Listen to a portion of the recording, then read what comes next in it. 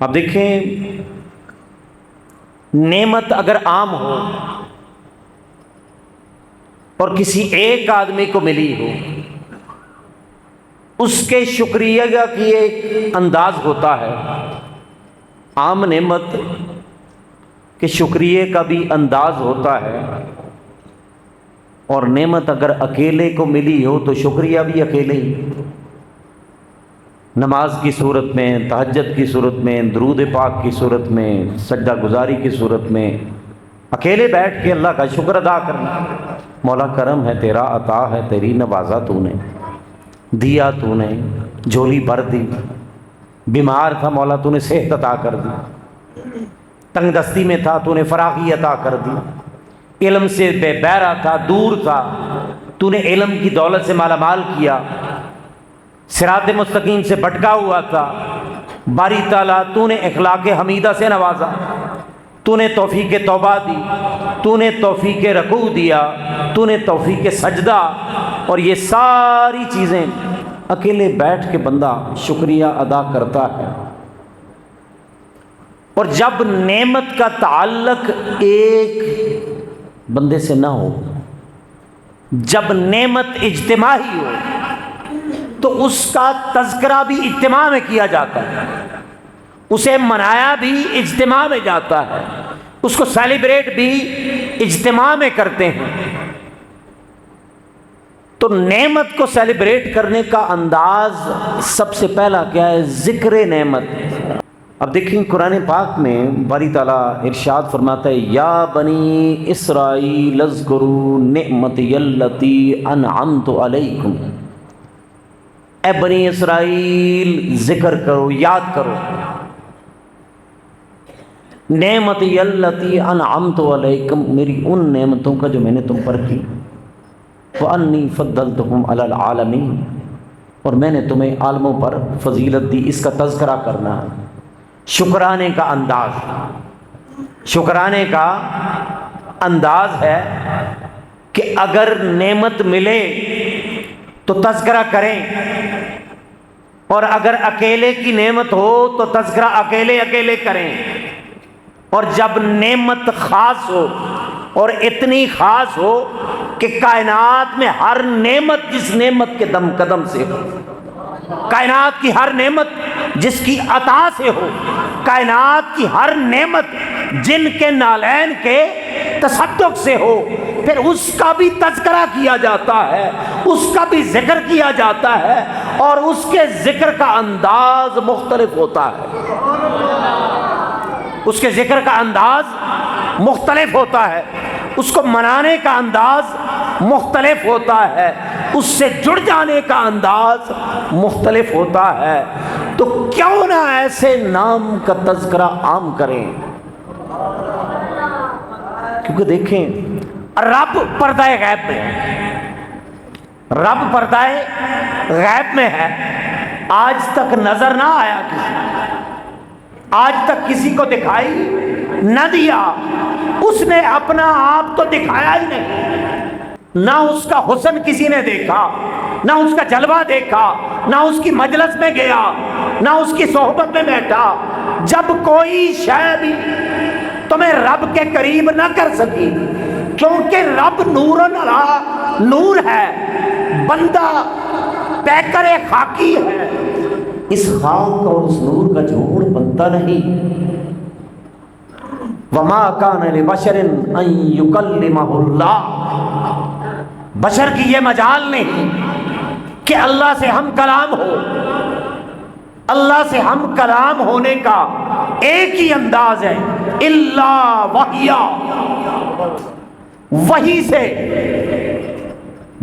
سے بندہ معبود سے جڑتا ہے، مخلوق خالق سے جڑتی ہے وحی سے، اور وحی کی خیرات ہر ایک کے بس میں نہیں ہے، ہر ایک کے پاس وحی نہیں آتی، اور ہر ایک کے پاس وہ بھی نہیں آتا، نہ ہر ایک تو وحی کا بوجھ بھی نہیں اٹھا سکتا، اس کا جلوہ اٹھانا تو بڑی دور کی بات ہے۔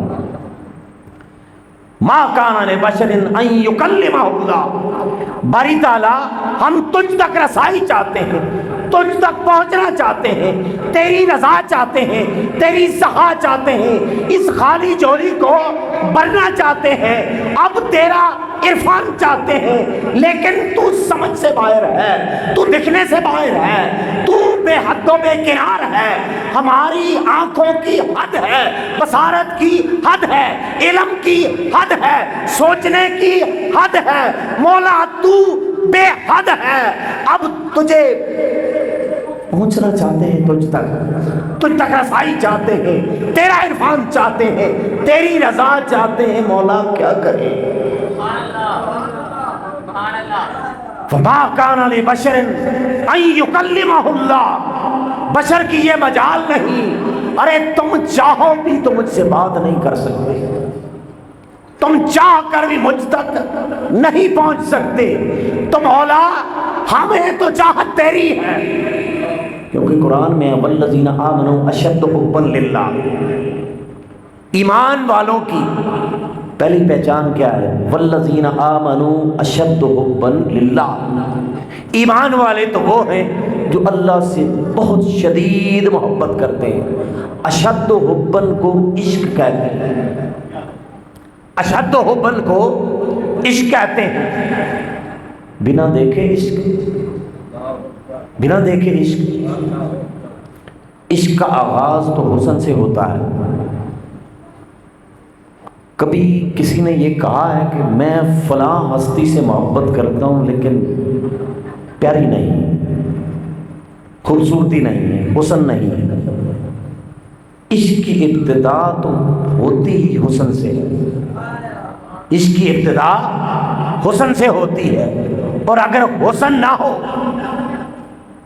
تو آپ تو محبت کی پہلی سیڑھی ہی نہیں چڑھ پاتے۔ والذین آمنوا اشد حبا للہ، اور ایمان والے اللہ سے بڑی شدید محبت کرتے ہیں۔ اب یہ کیسی محبت ہے؟ اسے تو دیکھا ہی نہیں، ہر حسن اسی کی عطا سے، ہر کمال اسی کی عطا سے، ہر شے اسی کی عطا سے، اب ہر ایک کے حسن کو دیکھا لیکن اس کے حسن کو تو دیکھا ہی نہیں، اور جسے دیکھا ہی نہیں اس سے عشق کر بیٹھے، جسے دیکھا ہی نہیں اس سے عشق کر بیٹھے۔ جس نقطے پر میں لانا چاہ رہا ہوں نا آپ کو، اللہ سے بنا دیکھے عشق، اللہ سے بنا دیکھے عشق، وما کان لبشر ان یکلمہ اللہ، کسی بشر کی یہ مجال نہیں کہ وہ اللہ سے ہم کلام ہو، الا وحیا، سوائے اس کے کہ اس کے پاس وحی آئے، تو پھر تم ہم کلام نہیں ہو سکتے، تو پھر جاؤ کسی ایسے کے پاس جس کے پاس وحی آتی ہے، تمہیں اس کے ساتھ جڑنے کے لیے اس ہستی کے پاس جانا پڑے گا جس کے پاس وحی الہی آتی ہے، اللہ کا پیغام آتا ہے، جس کے پاس اللہ کا، اب دیکھیں وحی کی ایک اور غلط فہمی پائی جاتی ہے کہ حضور تاجدار کائنات کو جو کچھ بھی عطا ہوا بذریعہ جبریل امین عطا ہوا، جو کچھ بھی ملا سیدنا جبریل علیہ السلام لے کے آئے تو ملا، یعنی کہ ان کے بنا کچھ نہ ملا۔ علماء بھی بیٹھے ہیں ماشاءاللہ، جبریل امین جو وحی لے کر آتے تھے، وما کان لبشر ان یکلمہ اللہ الا وحیا او من وراء حجاب، یا وحی کے ذریعے کلام ہوتا ہے یا پردے کے پیچھے سے، اور یرسل رسولا، یا وہ پیغام لینے والا لے کر آتا ہے۔ ایک وحی کی قسم ایسی بھی ہے کہ بنا کسی واسطے سے دل میں پیغام آتا ہے، وہ بولتا ہے، وہ الہ بولتا ہے، وہ احد بولتا ہے، وہ صمد بولتا ہے، وہ اپنی شان میں احد، اپنی شان خالقیت میں احد، اپنے کرم میں احد، اس جیسا احد کوئی نہیں، وہ اپنی خالقیت میں احد، اور جس کے پاس پیغام جا رہا ہے وہ مخلوق ہونے میں احد۔ اس جیسا بھی کوئی نہیں، بے مثل بے مثال، اپنے کرم میں، اپنی عطا میں، اپنی شان میں، شان خالقیت میں، نوازنے میں، وہ خالق ہونے کے اعتبار سے بے مثل بے مثال، اور یہ مخلوق میں بے مثل بے مثال، کوئی مثل نہیں ڈولن دی، کوئی مثل نہیں ڈولن دی۔ چپ کر میرے علی اتجا نہیں ہو بولن دی۔ جب بندہ حیران رہ جاتا ہے، جب پردے ہٹتے ہیں، حسن سامنے آتا ہے نا، تو پھر بعض اوقات الفاظ ہی نہیں ملتے، بعض اوقات الفاظ ہی نہیں ملتے کہ میں بیان کروں تو کیا کروں، کوئی مثل نہیں ڈولن دی۔ چپ کر مہر علی اتجا نہیں ہو بولن دی۔ میں نے رات کو بھی یہ شعر پڑھا تھا کہ ایک دن کہنے لگے جبریل سے شاہ امم، ایک دن کہنے لگے جبریل سے شاہ امم، تو نے تو دیکھا جہاں بتلاؤ تو کیسے ہیں ہم، تو نے تو دیکھا جہاں بتلاؤ تو کیسے ہیں ہم۔ روح الامین کہنے لگے اے محجبی تیری قسم، اور یہ ویسے ہی نہیں ہے، یہ حدیث پاک ہے، اس کا ترجمہ ہے، یہ حدیث پاک ہے جس کا ترجمہ ہے۔ روح الامین جبریل امین کیا کہنے لگے؟ آفاق ہا گردیدایم، کل کائنات کو میں نے گھوما، ہر جگہ گیا، مشرق میں بھی میرا تصرف، مغرب میں بھی، شمال میں بھی، جنوب میں، ہر جگہ جانے پہ قادر۔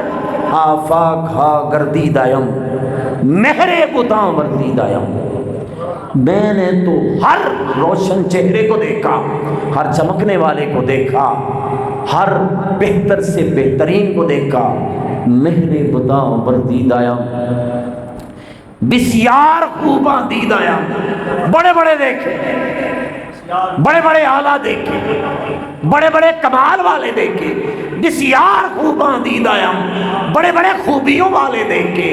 میں نے سیدنا آدم کو بھی دیکھا، صفی اللہ تھے، میں نے سیدنا ابراہیم علیہ السلام کو بھی دیکھا، خلیل اللہ تھے، میں نے سیدنا اسماعیل علیہ السلام کو بھی دیکھا، ذبیح اللہ تھے، میں نے حضرت موسیٰ علیہ السلام کو بھی دیکھا، کریم اللہ تھے، میں نے حضرت عیسیٰ علیہ السلام کو بھی دیکھا، روح اللہ تھے۔ بسیار خوباں دیدایم، ہر ایک کی نفاست بجا، ہر ایک کا کمال بجا، ہر ایک کا حسن بجا، ہر ایک کا مرتبہ بجا، ہر ایک کے معجزات بجا، ہر ایک کا مقام بجا، لیکن جب ان کے حسن کا موازنہ میں نے حسن مصطفیٰ سے کیا، جب ان کے مقام کا موازنہ میں نے مقام مصطفیٰ سے کیا، بسیار خوباں دیدایم، لیکن تو چیزیں دیگری، اے محمد مصطفیٰ آپ ہٹ کے ہیں، آپ جدا ہیں، بے مثل ہیں، بے مثال ہیں۔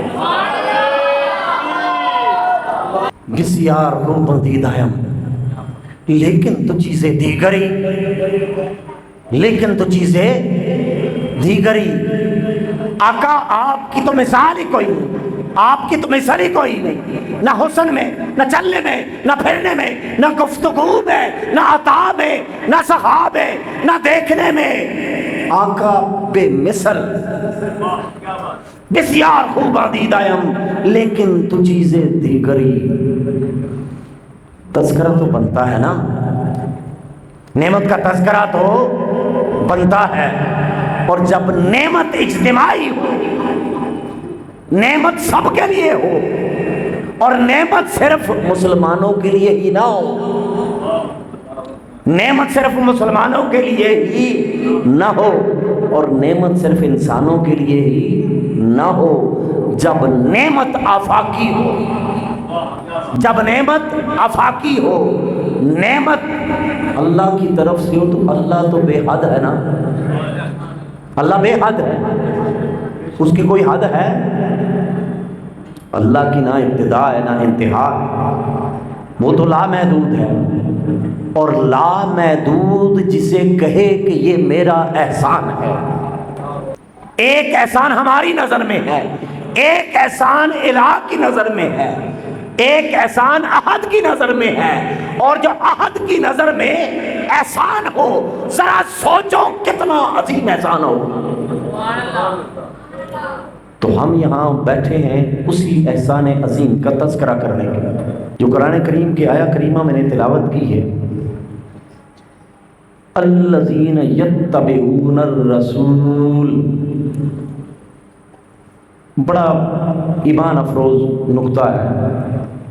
الذین یتبعون، جو اتباع کرتے ہیں رسول کی، اور رسول وہ جو نبی ہے، رسول وہ جو نبی ہے، اور نبی بھی وہ جو امی ہے۔ حضور کو رب العالمین نے شان امیت عطا کی، قرآن بھی اس پر گواہ ہے، احادیث بھی گواہ ہے کہ سرکار نے تو کبھی کسی سے کچھ پڑھا ہی نہیں، آقا نے کبھی کسی سے کچھ سیکھا نہیں، بنا سیکھے بنا پڑھے۔ جو اتباع کرتے ہیں رسول کی، رسول ایسا جو نبی، نبی کیا ہوتا ہے؟ نبی کا مطلب کیا ہوتا ہے بھائی؟ نبی کا مطلب ہوتا ہے جسے رب غیب کی اطلاع دے دے، اسے بھی پتا ہوتا ہے ایک چیز کا مجھے نہیں پتا، باہر سے ایک بندہ آیا اس نے خبر دی تو وہ ہوا مخبر، اسے نبی نہیں کہیں گے، دی تو اس نے بھی خبر ہے، دی تو اس نے بھی خبر ہے، لیکن نبی اس چیز کی خبر دیتا ہے جس کی خبر کسی دوسرے کو نہیں ہوتی، کیونکہ اسے باخبر خبر دیتا ہے، اور جسے باخبر بنا دے، جسے باخبر نواز دے، جسے ہر چیز کو جاننے والا اپنے علم کی خیرات سے نواز دے، پھر اسے ہر چیز کا پتہ ہوتا ہے، ہر غیب کا علم ہوتا ہے، اسے غیب کا علم ہوتا ہے، اور جو علم سے مالا مال ہو، جو علم سے مالا مال ہو اور مستقبل کی خبریں دے، اسے نبی کہتے ہیں، اسے نبی کہتے ہیں۔ علم بھی ہے، خبریں بھی دیتا ہے، اب خبریں بھی دیتا ہے اور پڑھا بھی کسی سے نہیں، خبریں بھی دیتا ہے، خبریں دیتا ہے لیکن کسی سے پڑھا نہیں، اسے پڑھنے کی حاجت نہ رہی، سیکھنے کی حاجت نہ رہی۔ وَعَلَّمَكَ مَا لَمْ تَكُنْ تَعْلَمْ وَكَانَ فَضْلُ اللَّهِ عَلَيْكَ عَظِيمًا۔ اور اے میرے مصطفیٰ، ہم نے آپ کو سب کچھ سکھایا، مَا لَمْ تَكُنْ تَعْلَمْ، جو آپ نہیں جانتے تھے، وَكَانَ فَضْلُ اللَّهِ عَلَيْكَ عَظِيمًا، اور یہ اللہ کا آپ پر بڑا عظیم فضل ہے۔ تو وہ لیتے ادھر سے تھے، دیتے ادھر تھے، کوئی سرکار کا استاد نہیں، اس زمانے میں کوئی سرکار کا استاد نہیں، حضور امی لقب ہے۔ امی کا ایک مطلب ان پڑھ بھی کیا جاتا ہے نا، امتی کے لیے لفظ ہو تو اس کا مطلب ہوتا ہے ان پڑھ، اور سرکار کی یہ شان ہے کہ آپ کسی سے نہیں پڑھے، سرکار کسی سے پڑھے نہیں۔ جو اخلاق کا معیار سرکار دے گئی کوئی دے سکا آج تک؟ سرکار کسی سے نہیں پڑھے۔ جو معیشت کا نظام آقا نے دیا آج تک کوئی دے نہ سکا، سرکار پڑھے نہیں، لیکن جو حقوق و فرائض کا نظام وہ دے گئے آج تک کوئی دے نہ سکا۔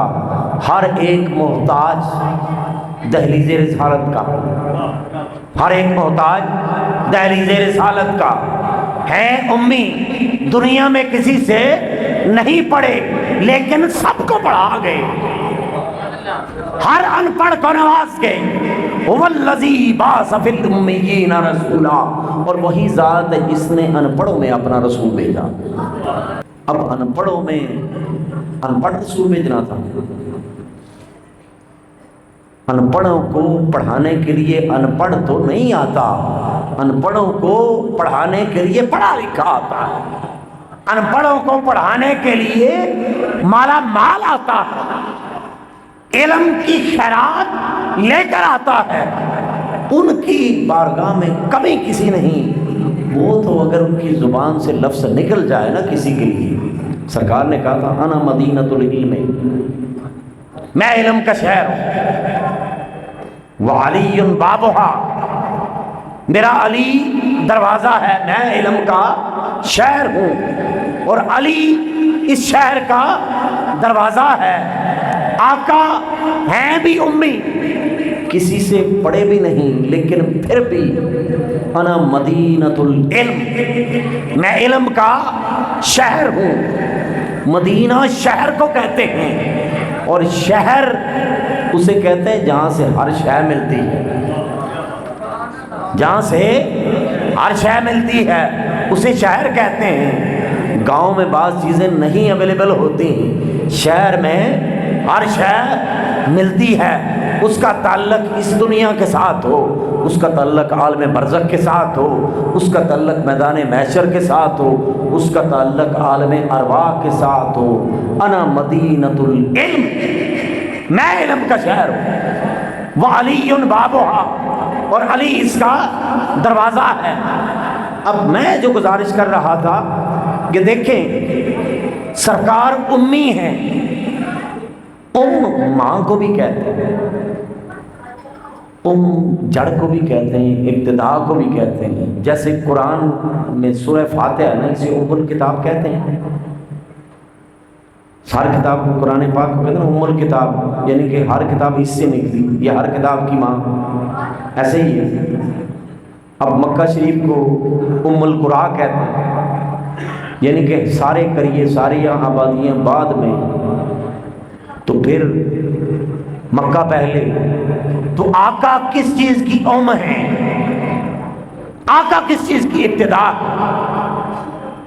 میرے محبوب تو امی ہے، جب کچھ نہ تھا اس وقت بھی میں تھا اور میرا مصطفیٰ تھا، تو امی ہے۔ اس کائنات کی ابتدا تجھ سے، عرش کی ابتدا تجھ سے، فرش کی ابتدا تجھ سے، لوح کی ابتدا تجھ سے، قلم کی ابتدا تجھ سے، اے میرے مصطفیٰ، کیونکہ تو ہے، ہر چیز کی ابتدا تجھ سے ہوئی، تیرے نور سے ابتدا ہوئی۔ حضور تاجدار کائنات حضرت محمد مصطفیٰ صلی اللہ علیہ وآلہ وسلم، سرکار کے لبوں سے جو چیز نکلے وہی شریعت، سرکار جو بول دیں وہی شریعت، سرکار جس سے منع کر دیں وہ ممنوع۔ وَيُحِلُّ لَهُمُ الطَّيِّبَاتِ، اور میرے نبی کی شان یہ ہے کہ تمہارے لیے پاکیزہ چیزوں کو حلال کرتا ہے۔ وَيُحَرِّمُ عَلَيْهِمُ الْخَبَائِثَ، اور پلید چیزوں کو حرام کرتے ہیں۔ حضرت انس بن مالک رضی اللہ تعالیٰ عنہ، بخاری شریف میں یہ حدیث پاک آئی ہے، آپ فرماتے ہیں کہ ان رسول اللہ صلی اللہ علیہ وسلم طلع علی احد، سرکار کہیں سے واپس آ رہے تھے، آپ کی نظر احد پہاڑ پر پڑی، جبل احد پر پڑی، فقال ھذا جبل، یہ پہاڑ ہے، یحبنا، ہم سے محبت کرتا ہے، ھذا جبل یحبنا، یہ پہاڑ ہے ہم سے محبت کرتا ہے۔ پہاڑ کا محبت کرنا یہ بھی سمجھ سے باہر ہے، سمجھ نہیں آتی۔ کیا کبھی بے جان چیزوں نے بھی محبت کی ہے؟ کیا کبھی پتھروں نے بھی محبت کی؟ کیا کبھی مٹی نے بھی محبت کی؟ لیکن جب سامنے صورت پہ مثل ہو تو پھر بے جان میں بھی جان آتی۔ رخ مصطفیٰ سامنے ہو، چہرہ اقدس سامنے ہو، آقا کا رخ زیبا سامنے ہو، تو پھر پتھر بھی عشق کرنے لگتے ہیں، پتھر پتھر بھی چومنے لگتے ہیں، مٹی بھی چومنے لگتی ہے، درخت بھی رقص کرتے ہیں۔ ھذا جبل یحبنا، یہ پہاڑ ہے یحبنا، ہم سے محبت کرتا ہے۔ اسے اپنے قد کاٹ کے اوپر غرور نہیں، اپنی سختی پہ غرور نہیں۔ یحبنا، پتھر ہو کر حضور کا عاشق، مٹی ہو کر حضور کا عاشق، بے جان ہو کر حضور کا عاشق۔ تو جس میں عشق آ جائے جان خود بخود آتی ہے،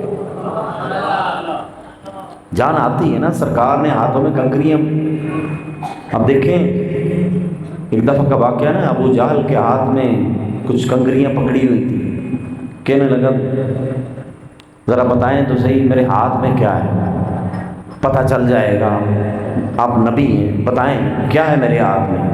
تو سرکار نے کہا تھا یہ میں بتاؤں یا خود وہ بتا دیں جو تمہارے ہاتھ میں، میں بتاؤں یا جو کچھ ہاتھ میں ہے وہ بتا دیں۔ اس نے کہا کہ یہ اگر ہو جائے تو یہ تو بہت ہی زبردست بات ہے، اگر وہ خود ہی بول پڑے کہ میرے ہاتھ میں کیا، کسی کو کیا پتا ہاتھ میں کیا۔ سرکار نے نگاہ کی نا ادھر، تو کنکریوں نے کلمہ پڑھا، لا الہ الا اللہ محمد رسول اللہ پڑھتے ہیں، شہادت دی، کلمہ شہادت کنکریوں نے پڑھا۔ یہ بات عقل میں آتی ہے؟ کنکریاں بھی کبھی کلمہ پڑھتی، ان بھی زبان ہوتی۔ جب ادھر سے نگاہ ہو جائے نا تو پھر کنکریوں کو زبان مل جاتی ہے، پھر کنکریوں میں جان آ جاتی ہے، پھر کنکریوں میں شعور آ جاتا ہے، پھر کنکریوں کو بھی رب نوازتا ہے۔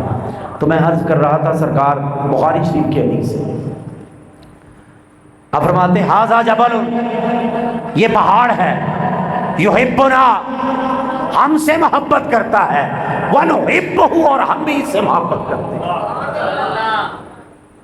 اپنی محبتوں کا رخ گنبد خضرا کی طرف کر لو، اپنی محبتوں کا رخ آقا کی دہلیز کی طرف کر لو، اپنی محبتوں کا رخ ہر اس چیز کی جس کی آقا کے ساتھ نسبت ہے، ارے تم ادھر کر لو۔ پہاڑ اگر یحبنا کر کے نحبہ کا فیض لیتا ہے تو یہ کیسے ہو سکتا ہے کہ ایک مرد مومن اپنے عشق کا رخ، اپنی محبت کا رخ رخ مصطفیٰ کی طرف کر لے، آل مصطفیٰ کی طرف کر لے، اصحاب مصطفیٰ کی طرف کر لے، اور وہ محروم رہ جائے؟ یہ ہو نہیں سکتا کہ تم اپنے دل کو مدینہ بنا لو، آقا کا مسکن بنا لو، پھر آقا کے ساتھ ایک ایک شے جس کی بھی نسبت ہے اس کی قدر خود بخود دل میں آئے گی، اس کی عزت خود بخود دل میں آئے گی، اس کی تکریم خود بخود دل میں آئے گی، بد اخلاقی مٹ جائے گی، اخلاق رذیلہ مٹتے چلے جائیں گے، پھر تم میں نرمی آتی چلی جائے گی، تواضع آتی چلے جائے گی، انکساری آتی چلے گی، کیونکہ اندر کوئی آ بیٹھا ہے۔ اب اندر ویرانہ نہ رہا، اندر جب کوئی آ بیٹھا، اندر مکین جب آ گیا مکان کے اندر تو یہ سنسان نہ رہا، اور جیسا مکین ہو، پھر سرکار تو جہاں پہ رہتے تھے نا وہاں پہ خوشبوئیں آتی تھیں، سرکار جدھر سے گزرتے تھے صحابہ خوشبو سونگتے ہوئے پیچھے چلے جاتے تھے۔ تو سرکار اگر ادھر آ جائیں تو زبان سے بھی خوشبو آئے، چلنے سے بھی خوشبو، بیٹھنے میں بھی خوشبو، عبادت میں بھی خوشبو، ہر بندہ جو پاس بیٹھے قرار پائے، ہر بندہ جو پاس بیٹھے سکون پائے۔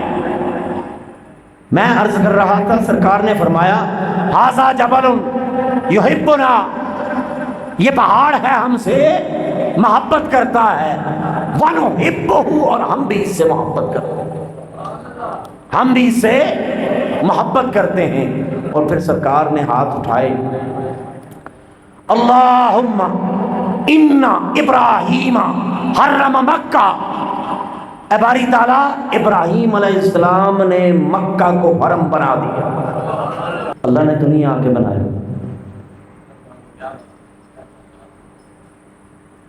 مکے ول دوڑتے جانے نا، ان اللہ اللہم ان ابراہیم حرم مکہ، سیدنا ابراہیم علیہ السلام نے مکہ کو حرم بنایا، اور حرم جو حرم ہوتا ہے اس کا عزت، اس کا احترام سب سے اوپر ہوتا ہے، باقی سارے نیچے ہوتے ہیں۔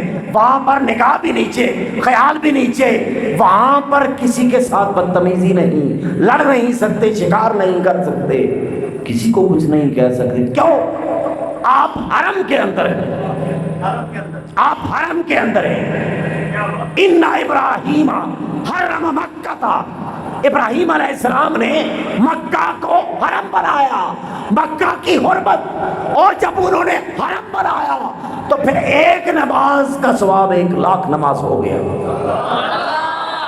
زبان ابراہیم کو رب نے اتنا شرف بخشا ہے کہ آپ نے حرم بنایا مکہ کو، 1,00,000 نماز کا ثواب، ایک سجدہ کرو 1,00,000 سجدے کا ثواب۔ بنایا کس نے؟ ان ابراہیم حرم مکہ تھا، ابراہیم علیہ السلام نے مکہ کو حرم بنا دیا۔ وَإِنِّي أُحَرِّمُ، اور میں حرم بناتا ہوں، اور میں حرم بناتا ہوں ما بین لبتیہا، یہ جو دو پہاڑ ہیں نا ان کے درمیان جو جگہ ہے مولا میں اسے حرم بناتا ہوں، جو درمیان میں مدینہ ہے انی احرم، مولا اسے میں حرم بناتا ہوں، تو بھی اسے حرمت عطا کر۔ مدینے کا ذکر کیوں کرتے ہو؟ مدینے کا تذکرہ کیوں کرتے ہو؟ مجھے مکے کا تذکرہ کیوں کرتے ہو؟ مدینے کا تذکرہ کیوں کرتے ہو؟ مکہ شریف کو سیدنا ابراہیم علیہ السلام نے حرم بنایا، اور مدینہ طیبہ کو سرکار نے حرم بنایا۔ کیسے تولو گے عبادت کو؟ کیسے تولو گے مقام نزاع کو؟ کیسے تولو گے مقام شفاعت کو؟ عاشق تو ہر اس چیز سے محبت کرتا ہے جس کی نسبت سرکار سے، اور یہ بخاری شریف کی حدیث ہے، ابن ماجہ میں اس سے مختلف الفاظ آئے ہیں۔ اللہم ان ابراہیم، اے باری تعالیٰ بے شک ابراہیم علیہ السلام خلیلک و نبیک، ابن ماجہ میں حدیث اس طرح سے آئی ہے، اللہم ان ابراہیم خلیلک و نبیک، آپ فرمائیں کہ ابراہیم علیہ السلام تیرے خلیل ہیں، تیرے نبی ہیں، اور حرمت مکہ علی لسان ابراہیم، اے مولا تو نے حضرت ابراہیم علیہ السلام کی زبان پر مکہ کو حرم بنایا۔ یہ حدیث ابن ماجہ میں، مولا تو نے سیدنا ابراہیم علیہ السلام کے مانگنے پر، ان کی دعا پر حرم کو مکہ بنایا۔